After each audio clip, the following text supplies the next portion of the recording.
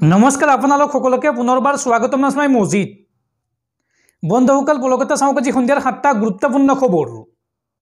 প্ৰথমটো খবৰ, প্ৰয়াগৰাজৰ মহাকুম্ভ মেলাত ভয়ংকৰ অঘটন, পদপিষ্ট হৈ 17 জন ভক্তৰ মৃত্যু, মৃতকৰ সংখ্যা আৰু অধিক বৃদ্ধি পোৱাৰ সম্ভাৱনা আছে। প্ৰয়াগৰাজৰ মহাকুম্ভ মেলাত ভয়ংকৰ অঘটন, পদপিষ্ট হৈ প্ৰাণ হেৰুৱালে 17 জন লোকে। মঙ্গলবাৰে নিশাৰ ভাগত হোৱা দৌৰাদৌৰিত সংঘটিত হয় এই ভয়ংকৰ অঘটন আৰু মৃতকৰ সংখ্যা আৰু অধিক বৃদ্ধিৰ সম্ভাৱনা আছে। আহতসকলক বৰ্তমান হাস্পতালত ভৰ্তি কৰোৱা হৈছে আৰু ভক্তসকলক উদ্ধাৰৰ বাবে প্ৰশাসনৰ অভিযান অব্যাহত আছে আৰু এই অভিযানকালত মৃতকৰ সংখ্যা আৰু অধিক বৃদ্ধিৰ সম্ভাৱনা আছে।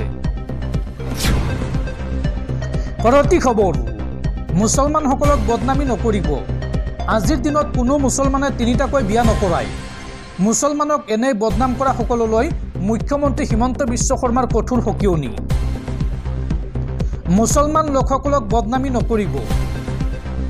মুছলমান লোকসকলক এনে বদনামী কৰিব নালাগে। আজিৰ দিনত কোনো মুছলমানে তিনিটাকৈ বিয়া নকৰায়।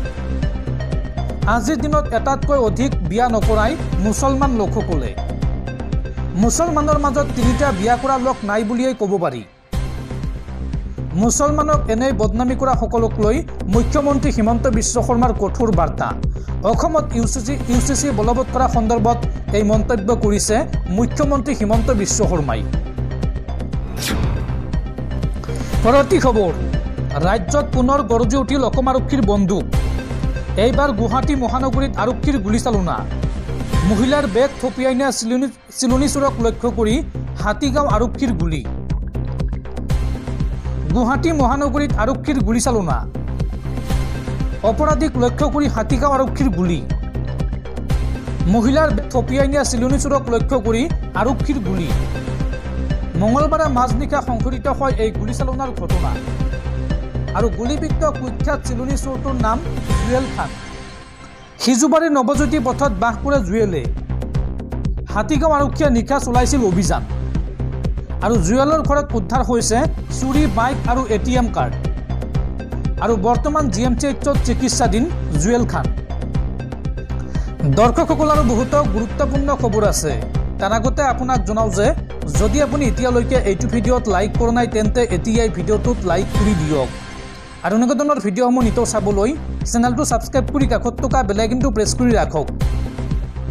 পৰৱৰ্তী খবৰ, মহযুঁজৰ অনুষ্ঠানত উপস্থিত থাকি বিপদত মন্ত্ৰী জয়ন্ত মল্ল বৰুৱা।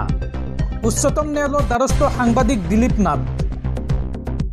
মহযুঁজক সমৰ্থন জনোৱাৰ লগতে মুখ্য অতিথি হিচাপে মহযুঁজৰ অনুষ্ঠানত অংশগ্ৰহণ কৰাৰ বাবে ভাৰতৰ উচ্চতম ন্যায়ালয়ত জনস্বাস্থ্য অভিযান্ত্ৰিক আৰু নগৰ পৰিক্ৰমা মন্ত্ৰী জয়ন্ত মল্ল বৰুৱাৰ বিৰুদ্ধে এক আবেদন দাখিল কৰিছে পৰিৱেশ সাংবাদিক দিলীপ নাথে।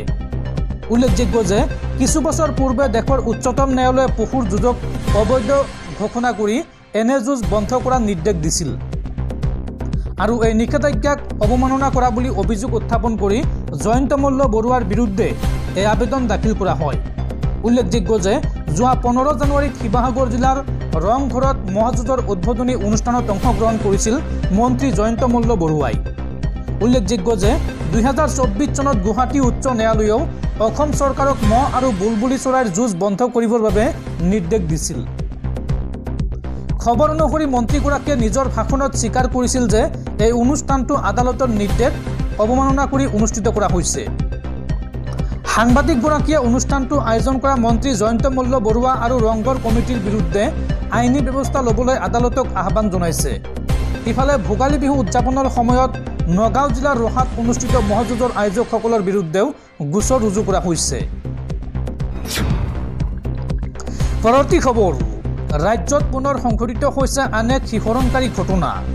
এইবাৰ 2 সন্তানৰ মাতৃৰ সৈতে জঘন্য কাণ্ড লম্পট পুতুল নামৰ এগৰাকী ব্যক্তিৰ। প্ৰথমে হাত ভৰি বান্ধি ধৰ্ষণ আৰু তাৰ পিছত এচিড ঢালি হত্যাৰ চেষ্টা মহিলাগৰাকীৰ ঘৰত স্বামী নথকাৰ সুযোগ লৈ প্ৰৱেশ কৰে এই পাখণ্ডটোৱে। ৰাজ্যত পুনৰ সংঘটিত হৈছে আন এক শিহৰণকাৰী ঘটনা। এইবাৰ 2 সন্তানৰ মাতৃৰ সৈতে জঘন্য কাণ্ড লম্পট বদৰুল ইছলাম ওৰফে পুতুলৰ। প্ৰথমে হাত ভৰি বান্ধি ধৰ্ষণ আৰু তাৰ পিছত এচিড ঢালি আক্ৰমণ মহিলাগৰাকীৰ ঘৰত স্বামী নথকাৰ সুযোগ লৈ প্ৰৱেশ কৰে পাখণ্ডটোৱে। নিৰ্যাতন চলোৱাৰ পিছত মহিলাগৰাকীৰ স্বামীক নিজেই ফোন কৰে পুতুলে আৰু ঘৰত উপস্থিত হোৱা পিতৃক 6 বছৰীয়া পুত্ৰই দিয়ে সমগ্ৰ ঘটনাৰ বিৱৰণ।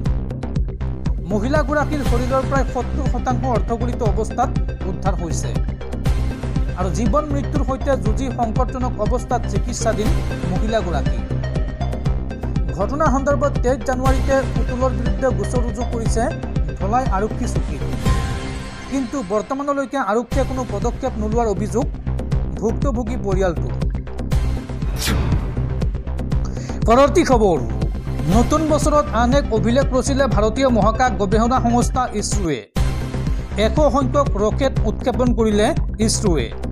আজি পুৱা 6:30 অন্ধ্ৰপ্ৰদেশৰ শ্ৰীহৰিকোটাৰ পৰা এই ৰকেট উৎক্ষেপণ কৰা হয়। GSLV F-15 মহাকাশলৈ কঢ়িয়াই নিলে NVS-02 ৰকেট। পৰৱৰ্তী খবৰ, এয়াই ইউডিএ প্ৰধান মৌলানা বদৰুদ্দিন আজমলক কেন্দ্ৰ কৰি উত্তাল দিল্লীৰ ৰাজনীতি। বদৰুদ্দিন আজমলে অৰবিন্দ কেজৰিৱালক মুকলি সমৰ্থন কৰাৰ পিছতে এইবাৰ জাঙুৰ খাই উঠিছে বিজেপি। মৌলানা বদৰুদ্দিন আজমলক লৈ উত্তাল দিল্লীৰ ৰাজনীতি। দিল্লী বিধানসভা নিৰ্বাচনত অৰবিন্দ কেজৰিৱাললৈ মুকলি সমৰ্থন আজমলৰ। দিল্লীবাসীক ধৰ্মনিৰপেক্ষ আপক ভোট দিবলৈ আহ্বান আজমলৰ। অৰবিন্দ কেজৰিৱালৰ কামে উপকৃত কৰিছে জনতাক, এই মন্তব্য বদৰুদ্দিন আজমলৰ। আৰু আজমলৰ এই দাবীৰ পিছতে এতিয়া জাঙুৰ খাই উঠিছে বিজেপি। অবৈধ বাংলাদেশীৰ সমৰ্থিত দল AIUDF, এই মন্তব্য বিজেপিৰ।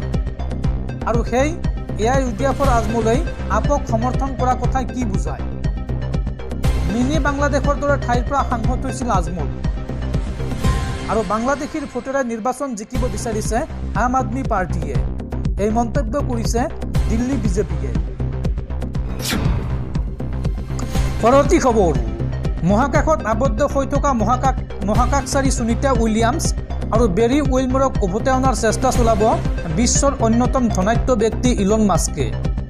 ইলন মাস্কৰ সংস্থা স্পেচএক্সৰ জৰিয়তে দুয়োকে পৃথিৱীলৈ উভতাই অনাৰ আহ্বান মাৰ্কিন ৰাষ্ট্ৰপতি ডনাল্ড ট্ৰাম্পৰ।